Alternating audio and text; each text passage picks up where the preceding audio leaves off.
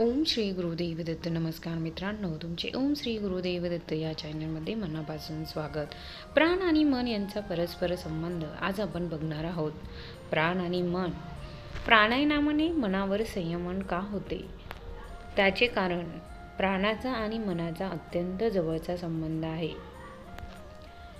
ज्यावेळी आपले मन अत्यंत अस्वस्थ, क्षुब्ध, संतप्त किंवा क्रोधाविष्ट असते, त्यावेळी आपला श्वासोच्छ्वाससुद्धा जलद आणि अस्वस्थ होतो.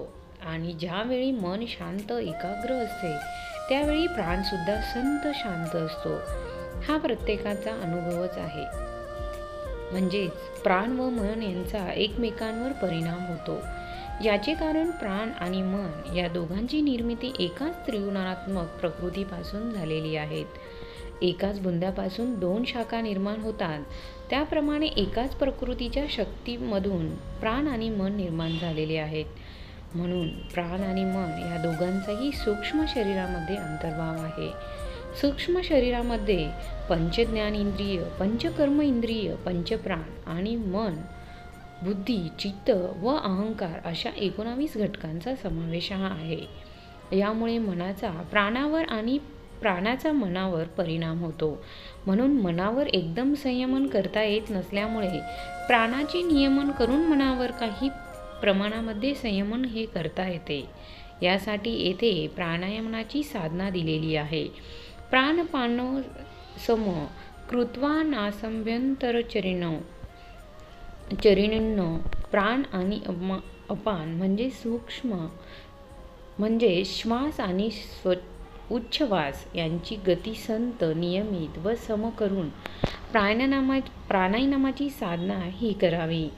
प्राणायाम म्हणजे केवळ श्वास घेणे आणि सोडणे नव्हे. त्या प्रकारचा श्वासोच्छ्वास आपण अंतापर्यंत सतत करीतच आहोत, परंतु त्याला प्राणायाम म्हणत नाही.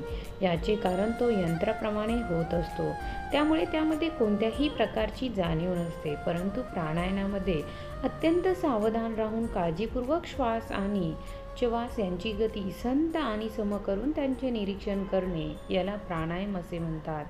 प्राणायामामध्ये मनाला 2 क्रिया दिलेल्या आहेत. अंतर्गत सावधान राहून जाणीवपूर्वक श्वास व उच्छ्वास घेऊन तो संत व सम करणे ही पहिली क्रिया, आणि त्याचवेळी त्या क्रियेचे अत्यंत दक्ष व तटस्थ राहून निरीक्षण करणे ही दुसरी क्रिया.